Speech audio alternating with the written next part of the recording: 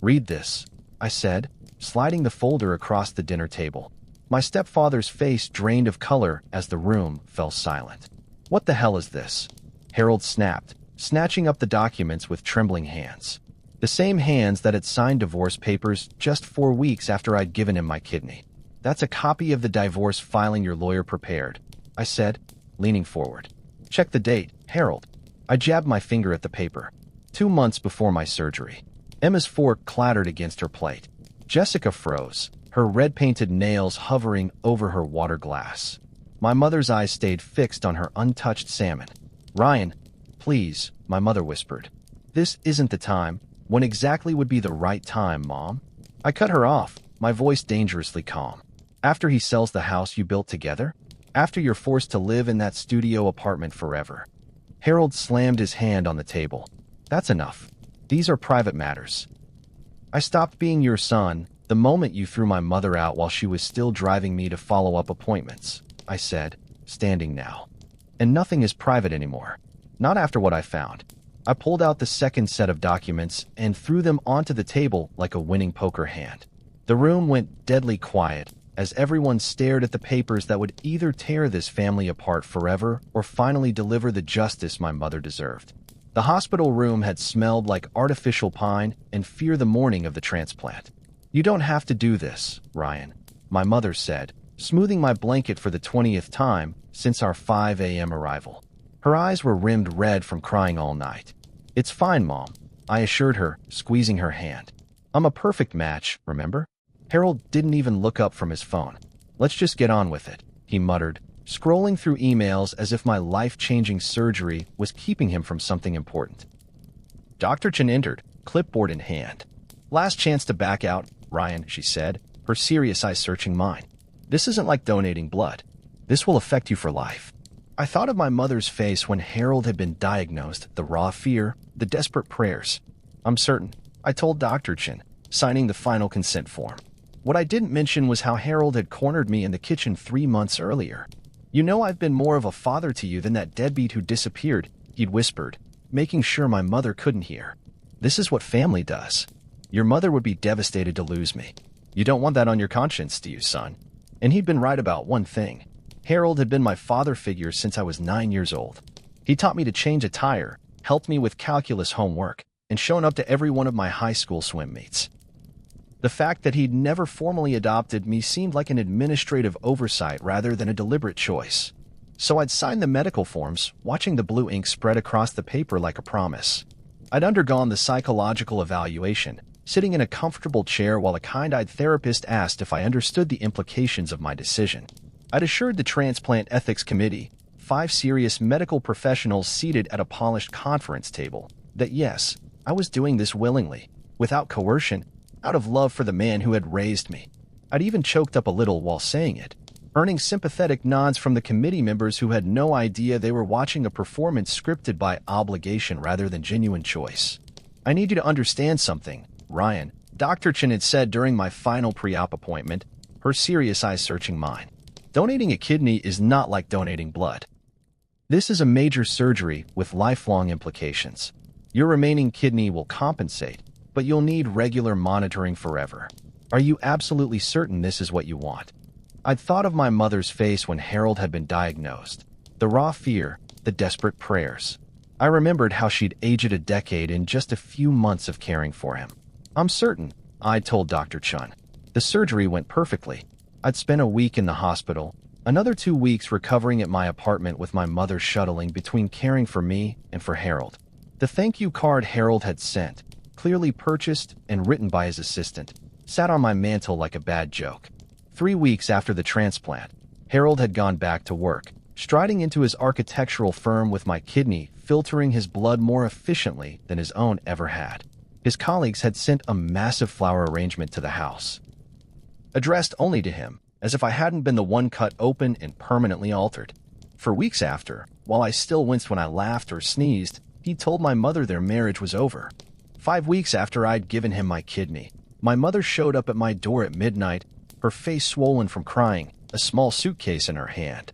She wore the same blue cardigan she'd worn to all my high school parent-teacher conferences, now hanging loosely on her frame as if she'd shrunk inside it. The hallway light caught the silver strands in her hair that hadn't been there 6 months ago, before Harold's diagnosis had changed all our lives. "He says I need to be out by the end of the week," she'd whispered. "The house is in his name. Always has been." It was the beginning of my education about the man I'd saved, and the price of my ignorance. "What is this?" Harold demanded now, holding up the papers with his attorney's letterhead clearly visible at the top. The embossed gold logo of Peterson, Wilkins and Associates, one of Seattle's most expensive divorce firms, gleamed under the dining room lights. His voice had that authoritative tone he used when speaking to contractors, the one that made people scramble to please him. "That," I said, savoring the moment like the first sip of coffee after a sleepless night, "is a copy of the divorce filing your lawyer prepared. Check the date, Harold." I tapped the paper with my index finger, the same finger they'd pricked countless times during my pre-op testing. Right there, in black and white. His face, already pale, when utterly white as the others at the table, leaned forward. I could almost hear the collective intake of breath, like the moment before an orchestra begins to play. The fork in Jessica's hand clattered against her plate, a discordant note in the silent room. 2 months before my surgery. I continued, my voice rising slightly, the words tumbling out with a momentum I couldn't have stopped if I wanted to. "While you were still on dialysis, spending 4 hours 3 times a week hooked to a machine. While my mother was driving you to appointments, sitting in hospital waiting rooms with outdated magazines, and learning how to measure creatinine levels. While I was getting final clearance to give you my organ, taking time off work for blood tests and psychological evaluations, telling my boss I needed 6 weeks of medical leave, explaining to my friends why I wouldn't be playing basketball for months." Jessica, his new wife of barely 3 months, turned to look at him. "Harold." My mother still hadn't looked up. Her shoulders were hunched forward in that protective posture she'd developed since being discarded like yesterday's newspaper. "You planned this whole thing," I said, standing now because sitting contained too much of the rage building inside me. "You knew you needed that kidney to survive, and you knew you were going to throw Mom away once you got better." My half-sister Emma, Harold's daughter from his first marriage, put her fork down with a clatter. "Dad, please tell me this isn't true." Harold's jaw worked back and forth. "This is being taken completely out of context. Your mother and I had been having problems for years. I have the emails too," I cut in. "The ones between you and Jessica going back 18 months. The real estate listings you were looking at together while Mom was sleeping in a chair next to your hospital bed." The room erupted like a volcano that had been dormant too long. Emma was shouting at her father, her voice cracking with betrayal, her carefully applied makeup now streaked with tears. Her brother Jason had risen to his feet, his chair scraping loudly against the hardwood floor as he started arguing with Jessica, demanding to know how long she'd been involved. The crystal glasses on the table trembled with each pound of Jason's fist. My mother finally looked up, her expression not angry but profoundly sad, as though witnessing the collapse of something she'd long suspected was rotten at its core. 20 years of marriage dissolving before her eyes like sugar in hot water, painful to watch, but somehow inevitable once heat was applied. Harold slammed his hand on the table, making the water glasses jump and my mother flinch, a reaction I'd never noticed before but now wondered how long she'd had. "That's enough," he bellowed, his face flushing with the kind of anger he'd previously reserved for drivers who cut him off in traffic or waiters who brought the wrong order. "This is my house, and I won't be interrogated at my own dinner table." "Actually," I said, pulling out the final document from the folder with the careful precision of a bomb technician handling explosives, "that's not entirely accurate either." The paper made a soft whisper as I unfolded it, but it might as well have been a thunderclap for the attention it commanded. The room quieted as I slid the property assessment across the table. "Mom paid for this house," I said. "I found the records. She used her inheritance when her parents died. The only reason it's in your name is because her credit was bad after her first divorce. She trusted you." I looked around the table, making eye contact with each person. "I gave you my kidney willingly, Harold. I did it for Mom, because she loved you, and because I thought you were the man who had raised me. But I didn't give you permission to use my sacrifice to destroy her." Harold stood up, his face contorted with anger and something else, fear, perhaps, or shame. "You ungrateful." "I filed a civil suit," I interrupted, my voice ice-cold now. "Fraud, emotional distress, medical costs. Dr. Chen is testifying about how you misrepresented your intentions to the transplant committee." The ethics violation alone will probably cost you your job. My mother finally spoke, her voice barely audible. Ryan, you don't have to do this. I moved to her side of the table, the scar on my abdomen pulling slightly with the sudden movement. I placed my hand on her shoulder, feeling the bone beneath the thin fabric of her dress. She'd lost so much weight since all this began. Yes, Mom, I do, I said, my voice gentler with her than with anyone else in the room. Because family doesn't do what he did. Family doesn't manipulate you into major surgery while planning to discard you both. Family doesn't take your kidney and then kick your mother to the curb. Family doesn't use your sacrifice as a stepping stone to a new life with someone else. Emma stood up too. Dad, is all of this true? Did you really plan to divorce Martha before Ryan's surgery? Harold's silence was all the confirmation anyone needed. Jason, who had always been closer to his father than to anyone else, looked stunned. And the house. Did you lie about that too? Harold's face twisted. Everything I did for this family. No, I said firmly. You did it for yourself. Always have. I helped my mother to her feet, noticing how she leaned on my arm more heavily than she ever had before. Her wedding ring was still on her finger, a modest diamond that had once represented everything she believed about love and commitment. We're leaving now, I announced, not as a suggestion, but as a fact already in motion. Your lawyer can contact mine. I've hired Wilson and Barrett. I'm sure you've heard of them. They specialize in cases like this. I paused at the doorway, unable to resist one final twist of the knife. And Harold, don't forget to take your anti-rejection meds. 2 pills every 12 hours, with food but not with grapefruit juice. It would be a shame if your body rejected my kidney the way you rejected my mother. As we walked toward the door, our footsteps echoing on the hardwood floors my mother had insisted on refinishing rather than replacing when they'd moved in, Emma followed us. Her heels clicked rapidly behind us like anxious heartbeats. Martha, Ryan, wait, she called, her voice thick with emotion. I had no idea. I swear I didn't know any of this. All he told us was that you two had grown apart. My mother paused and turned. She touched Emma's cheek gently, the way she used to do when Emma was a teenager struggling with acne and self-confidence. Despite everything, her capacity for tenderness remained intact. I know, sweetheart, she said softly. This isn't your fault. Your father's choices are his own, not yours to carry. I turned back to look at Harold one last time, memorizing the moment like a photographer capturing the exact second a building implodes. 20 years of what I thought was family, dissolved in 20 minutes of truth. The dining room we'd shared Thanksgiving dinners in now felt like a museum exhibit of a life that never truly existed, as I'd believed. Harold stood frozen by his chair, his designer shirt wrinkled where he'd gripped it in agitation. His face was ashen, almost gray in the warm lighting, and his new wife Jessica was staring at him with growing horror as the magnitude of his deception dawned on her. The diamond tennis bracelet on her wrist, probably purchased with funds from the house my mother had paid for, caught the light as she unconsciously edged away from him. You know what the worst part is? I said. I would have given you my kidney anyway, if you'd been honest. Because that's what decent people do. They help others without expecting anything in return. You could have learned something from Mom about that. The front door closed behind us with a solid thud, the sound reverberating with a finality that felt like both an ending and a beginning. The cool evening air hit my face like clarity after years in a fog. My mother took a deep breath beside me, her first as a woman fighting back rather than one simply trying to survive. I helped her into my car, the same car she'd taught me to drive in when I was 16. As we pulled away from the house with its perfect landscaping and hidden rot, I noticed my hands had stopped shaking.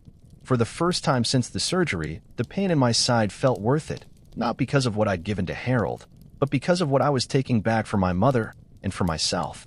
6 months later, I sat in Dr. Chen's office for my follow-up appointment, perched on the examination table with its crinkly paper cover. The Seattle rain tapped against the window like impatient fingers, but inside it was warm and smelled of antiseptic and coffee from the nurse's station. The complications from my surgery, the elevated blood pressure that had required medication, the persistent pain in my side that woke me at night, the fatigue that dogged my steps like an unwelcome shadow, had finally begun to subside. Your test results are looking better, she said, studying my chart with her reading glasses perched on the end of her nose. The silver streak in her dark hair caught the fluorescent light as she looked up. Creatinine levels are normal, blood pressure is responding well to the medication. How are you feeling otherwise? Her question encompassed more than just my physical health, as it had ever since she'd become an unexpected ally in my fight for justice. Better, I said, in a minute. The lawsuit had been settled out of court after 3 tense months of legal maneuvers and sleepless nights. Harold hadn't wanted the publicity, especially after his partners at the architectural firm learned about the circumstances and called an emergency meeting about the ethical implications for the firm's reputation. The senior partner, a woman whose daughter had needed a kidney transplant years ago, had been particularly incensed. My mother had received the house, legally transferred to her name this time, and a settlement that meant she'd never have to worry about money again. The look on her face when she realized she could finally take that painting class she'd been putting off for 20 years was worth every medical procedure I'd endured. Harold and Jessica had moved to Phoenix, supposedly for the dry climate but more likely to escape the whispers that followed them at every Seattle social event. According to Emma, who still spoke to her father occasionally, his health was declining despite my perfectly compatible kidney. The irony that stress could trigger rejection wasn't lost on any of us. The body sometimes has its own sense of justice. And your mother? Dr. Chen asked. She'd become more than my doctor through all of this. She'd been the one who'd helped me gather the medical records, who'd agreed to testify about Harold's misrepresentations to the transplant committee. She's good. Dating again, actually. A widower from her church. Dr. Chen smiled. I'm glad. And how about you? Any regrets? I thought about it for a moment, the question more complex than it appeared on the surface. The past year had been the hardest of my life, a gauntlet of physical and emotional pain I wouldn't wish on anyone. I'd lost what I thought was my family, the holiday dinners, the shared jokes, the history, all evaporated like morning mist under harsh sunlight. I'd endured major surgery, spent weeks unable to stand upright without pain shooting through my abdomen. I'd risked my long-term health, accepting that I would forever live with one kidney and the vulnerability that created. I'd spent thousands on legal fees that had emptied my savings account and delayed my plans to buy my own home. But I'd also discovered what family really meant. Not the people who share your blood or your home, but the ones who honor your sacrifices and tell you the truth. I'd rebuilt my relationship with my mother on more honest ground, watching her transform from a woman who apologized for existing to one who had started volunteering at a women's shelter, helping others find their voice. I'd formed unexpected bonds with Emma and Jason, who called regularly to check on my health and had stood by us during the legal proceedings despite Harold's attempts to turn them against us. No regrets, I said finally. Even with everything that happened, I'd still have donated the kidney. Just, maybe with better legal advice beforehand. Dr. Chen laughed. Well, your remaining kidney is functioning perfectly. Just keep taking care of yourself. As I left the hospital, navigating through the maze of corridors that had once seemed so intimidating during my pre-op visits, my phone buzzed in my pocket. I pulled it out to find a text from Emma, with a picture of sonogram attached, the fuzzy black and white image of my future niece or nephew. The message below asked if my mother and I were still coming to her baby shower next month, adding that she'd reserved special places for us at the family table. After everything, despite the awkwardness and the complicated family dynamics, she and Jason had chosen to maintain relationships with us, separate from their father. They created a new definition of family, one based on choice rather than obligation. Family, I was learning, could be rebuilt from the broken pieces, sometimes even stronger than before. I stopped at the hospital entrance, looking out at the Seattle rain falling in that gentle, persistent way that made everything shimmer. Puddles reflected the neon hospital sign, distorting it into wavering, liquid light. This was the place where I'd lost a kidney but found my backbone, where I'd been cut open physically only to emerge stronger emotionally, where I learned that sometimes the greatest gift you can give someone isn't an organ, but the truth. A nurse passed by, nodding at me with the recognition that came from seeing me at my most vulnerable, gowned, afraid, determined. I nodded back, no longer the patient but the survivor. For the first time in a year, I smiled without reservation. The smile didn't pull at old wounds or feel like a mask I was wearing for others. It rose from somewhere deep and genuine, like the first bloom after a brutal winter. My mother was waiting in the car, her hair freshly styled in a way that took years off her face. She was ready to take me to dinner with her new friend, Richard, a kind-eyed history teacher who looked at her like she was a rare book he couldn't wait to read. Through the windshield, I could see her laugh at something he said from the back seat, a full, throaty laugh I hadn't heard since before Harold got sick. Life moved on, insistent as the rain. Bodies healed, even when they were missing pieces. Families reformed into new constellations. And sometimes, when you fought hard enough for it, justice actually prevailed. Would you have gone through with the lawsuit if you were in my shoes? Or would you have forgiven him to keep the peace in the family? What would you have done if someone took your sacrifice and used it against you?